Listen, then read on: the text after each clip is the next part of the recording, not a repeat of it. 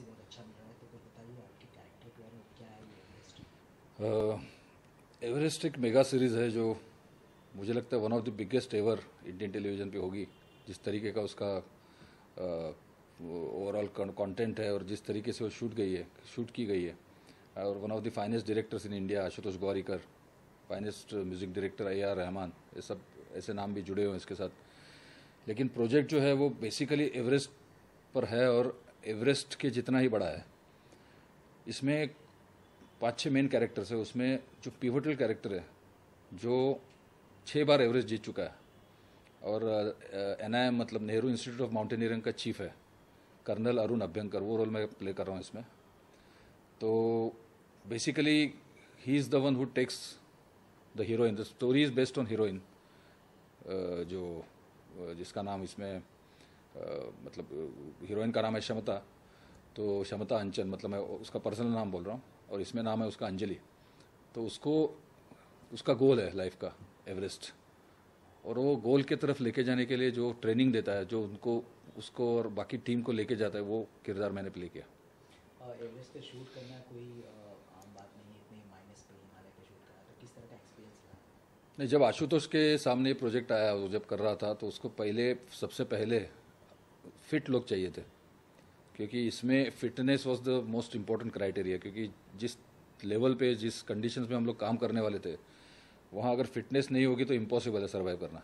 तो right from every age group actor, in every age group जो actors थे, they had to be fit, other than being good actors और whatever.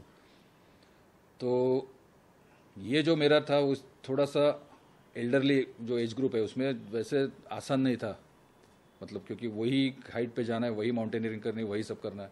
तो उसके सामने मेरा नाम आया, इसका कारण यही है, जो भटकंती और डिस्कवर महाराष्ट्र जो मैं प्रोग्राम्स करता हूँ, वो भी देखता है, और मेरी किताबें भी उसने देखी है, पढ़ी है। और एक ज़माना था जब हम लोग साथ में एक्टिंग करते थे। जब मैंने मेरी पहली फिल्म की थी सरकारनामा, उसमें मैंने गेस्ट अपीयरेंस किया था, मेरी पहली मराठी फिल्म थी। उसमें वो और अजिंक्य देव हीरो थे। तो तब से मैं जानता हूँ, फैमिली भी एक दूसरे को जानती है, अच्छे रिश्ते हैं। लेकिन ऐसा कभी हुआ नहीं था कि उनके साथ काम करने का मौका मुझे मिला हो। तो मैं चाहता था कि एक अच्छी फिल्म उनके साथ की जाए, अगर कहीं मिलता है मौका तो। वो फिल्मों का मौका तो वैसे नहीं आया, लेकिन ये जो आया है मुझे लगता है फिल्म के जितना ही बेहतरीन मौका है, क्योंकि एक मोस्ट इम्पॉर्टेंट रोल, और इसमें मुझे उसने पूरा बदल दिया है। मतलब मुझे आप देखते आए हैं कंटिन्यूसली नेगेटिव शेड्स में, लेकिन इसमें एक कम्प्लीटली वार्म, पॉजिटिव, डिसिप्लिन्ड, अलग ही किस्म का किरदार है, और लवेबल कैरेक्टर। तो आशुतोष ने भी मुझे बताया कि शायद तेरे को पहचानेंगे नहीं लोग, मतलब वो बोलेंगे कोई अलग मिलेंगे गुना जी। तो I am just waiting for this.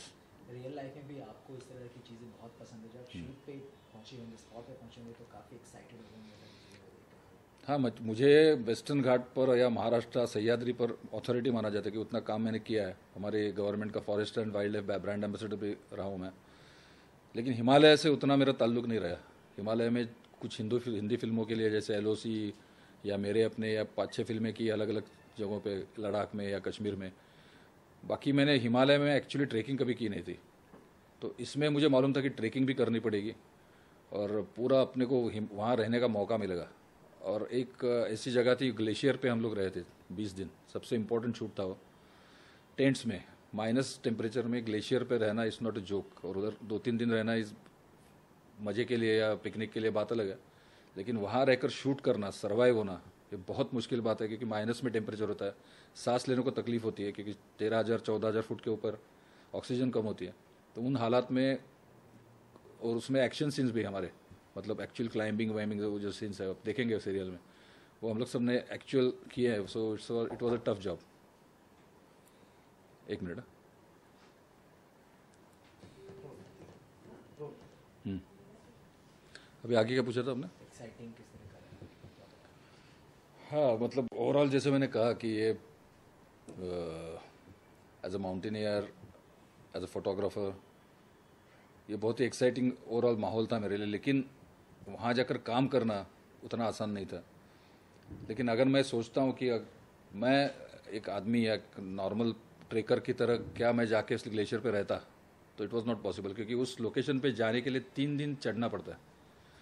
3 दिन अलग अलग कैंप्स करने पड़ते, मतलब एक पहाड़ चढ़ा 8,000-9,000 पे कैंप किया, रात को रुके, दूसरा पहाड़ चढ़ा, दूसरे दिन पूरा दिन चढ़ रहे हैं, और फिर उसके बाद वहाँ कैंप किया, फिर तीसरे दिन किया, और फिर तीसरे दिन पहुँचे, तभी जाके लोकेशन पहुँचे।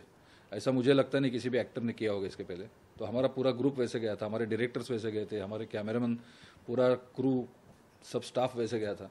तो it was a big thing, मतलब डिफ़िकल्ट थिंग। तो वहाँ जाकर फिर वो ग्लेशियर पे रहना, 20 दिन काम करना, साथ में हमारे एक्सपर्ट ट्रेकर्स भी थे NIM के वगैरह। तो इनकी सबकी हमें काफ़ी इनके कारण हमें हेल्प हुई, लेकिन it was not an easy job at all.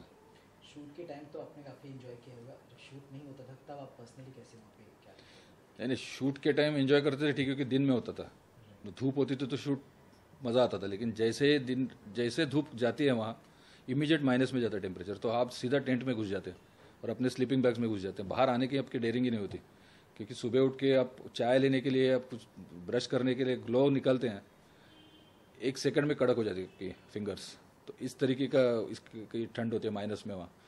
तो वैसे जैसे आफ्टर शूट जो एन्जॉयमेंट तो हमने कभी की नहीं वहाँ, लेकिन उत्तराखंड में जब हम लोग शूटिंग कर रहे थे नीचे की लेवल पे, जैसे NIM में, नेहरू इंस्टीट्यूट ऑफ माउंटेनियरिंग में और आसपास, तभी हम लोग ने थोड़ा बहुत एंजॉय किया।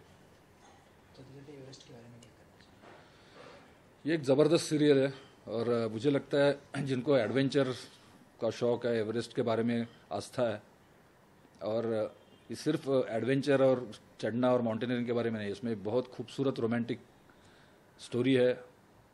मेरा भी एक रोमांटिक एंगल है इसमें।